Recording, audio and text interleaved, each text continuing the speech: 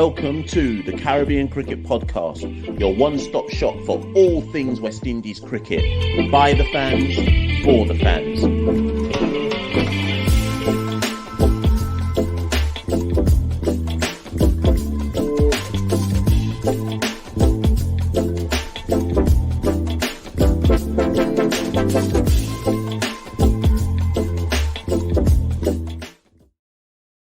Yes, ladies and gentlemen, welcome back to another edition of the Caribbean Cricket Podcast. Can you believe it?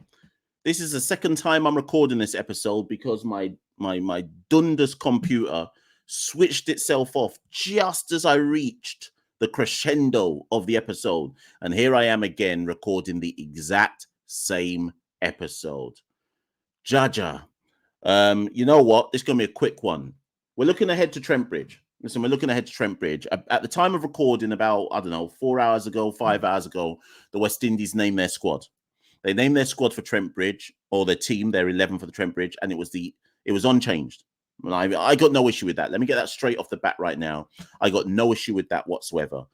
From the minute they decided that Shamar Joseph was fit, fine, keep an unchanged squad, because I only had one possible change that they might make, well, two in reality. If Shamar Joseph wasn't fit, there was one option, which was bring Jeremiah Louis in for Shamar Joseph, which they may well have taken. The other option was, if they were afraid of the batting performance at Lords, bring in Kevin Sinclair for Shamar Joseph, and in that way you shore up the batting, although you'd then be playing with three seamers, one of which would have to be Jason Holder, and two spinners. It's a combination of factors for me. One, if Shamar's fit, Shamar plays. But also, two, if they looked at Trent Bridge and said, well, this isn't a pitch to suit two spinners or two frontline spinners, then I understand why you wouldn't take the risk of saying, if it is a risk of saying, Shamar, you know what, sit, and let's let Kevin Sinclair play this test match. So whatever, the two of them play, it is what, sorry, it's an unchanged side, sorry, it is what it is. The other thing to also remember is this, and this could be any sport, this could be rugby, this could be football, whatever, etc. Right? There's a notion in team sports as well that when your team performs badly was it unexpected? But when your team performs badly, you have two options really. There's the obvious option that some fans tend to quickly run to, which is drop that man, that man, bring in this guy, bring in that person, bring in this person there, make these changes. That's the obvious knee-jerk reaction to any bad defeat. Happens in all sports. And some would say that's the brave thing to do, to look at a defeat and not wait to see if the players can redeem themselves. You just say, you know what, you were shit, I'm dropping you, next man come in. That's one option. The other option is to do what we've effectively done, which is said, you know what? These guys, 90% of them played at the Gabba and pulled off our first win in Australia in over 25 years. And it was 29 years or something like that, right? Brought man to tears, brought Hooper to tears, brought Lara to tears, brought enough West Indians all around, Caribbean people all around the world, the diaspora, etc., on our knees, thanking whichever God we might believe in, saying, you know what? We live for these moments. I'm going to tell my Grand Pitney about this one, and so on and so forth. Yeah, this is our first Test match since that Gabba win. How reductive would it have been to look at this humiliation to England? And it was horrendous what happened against England at Lords. How reductive would it have been to say, you know what? See that performance at Lords? That was shit. Let's make some changes. You've got to ultimately look at the guys and say, I believe in you. That was down bad, but I believe in you, man, that you have the natural ability to turn this around, do a 180 and show your true talent and true ability, the same talent and ability that secured the win at the Gabba. Craig played in that. Alec played in that. Kurt McKenzie played in that. Kavem Hodge played in that. Josh played in that game. Alzari, Shamar Joseph played in that. So 7 of the 11 played in that win at the Gabba. So, and obviously, Machel Louis is brand new. Gudakesh Motie is our premier spinner. Jason Holder is Jason Holder. So you kind of just have to, and Jaden Seals come out from injury. So you kind of just have to go with the same team and say, I believe in you guys. I trust you guys. Let's go again. Bounce back ability. Let's move. All of that notwithstanding, though, about an hour ago, I said, you know what? Come. What are the 5 things? And I could have written more, but I've picked 5. I said, what are the 5 things I want to see at Trent Bridge, though, irrespective of whether we should have made changes, whether it's the brave thing to not make changes, wherever you stand on that. I said, what are the 5 things I want to see? This seat, I didn't put my seat up, Hold on, people. I'm sitting down here like I'm flipping Minnie Mouse or something. One sec. I'm back. I'm up. So, as if I was down on the ground, like I'm recording with my head sticking out of a molehill.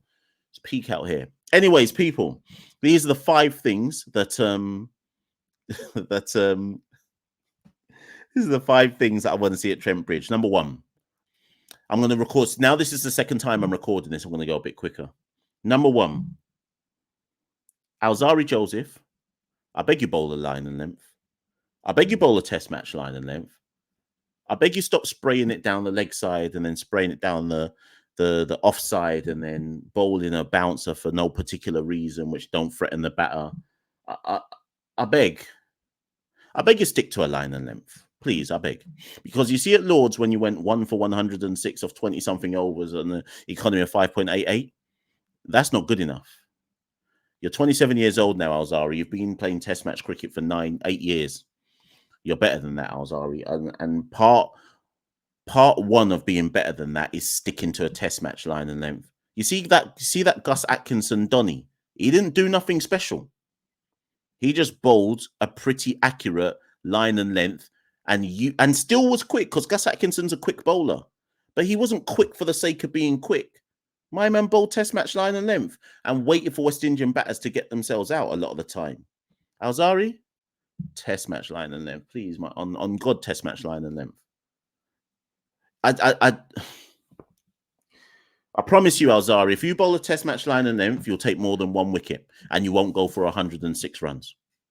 So that's what I want to see. That's my number 1 thing. That doesn't mean it's the most important thing. It was just the first thing I wrote down on my piece of paper. Alzari, Test match line and length. You're an experienced bowler out here. You're more experienced than Jaden Seals. You're more experienced than Gudakesh Moti at the international level. You're more experienced than Shamar Joseph.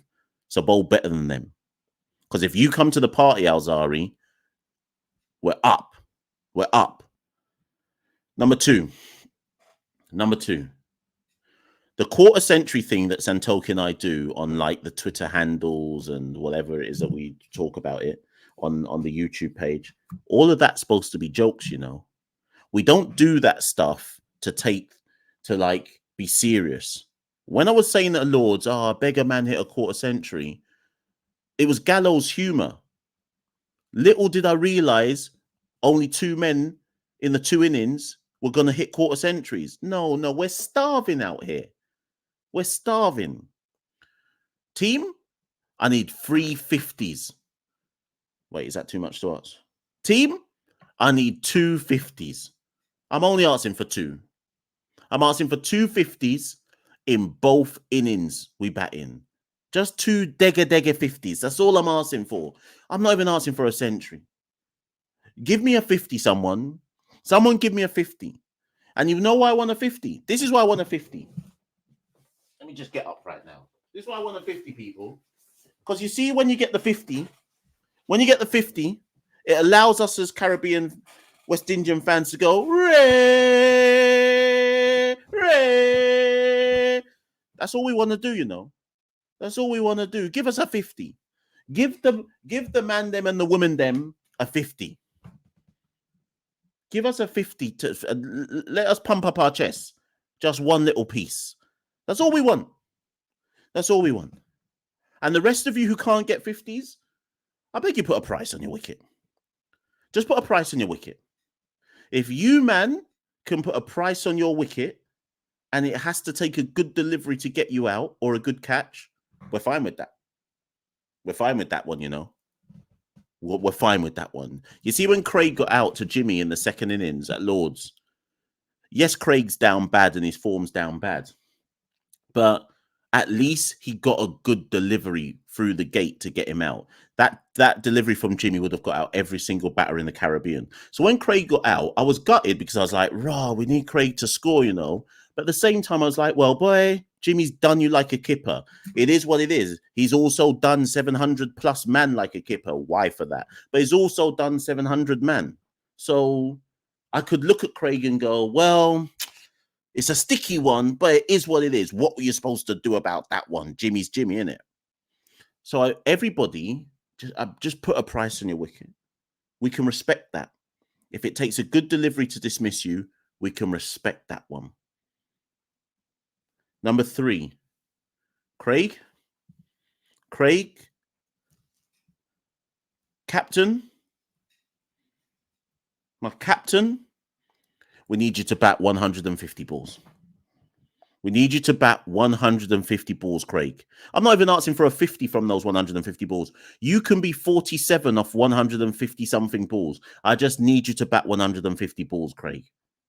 Because, Craig, if you bat 150 balls, it puts confidence in the rest of the team that at least at one end of at the other end, no one's losing their wicket.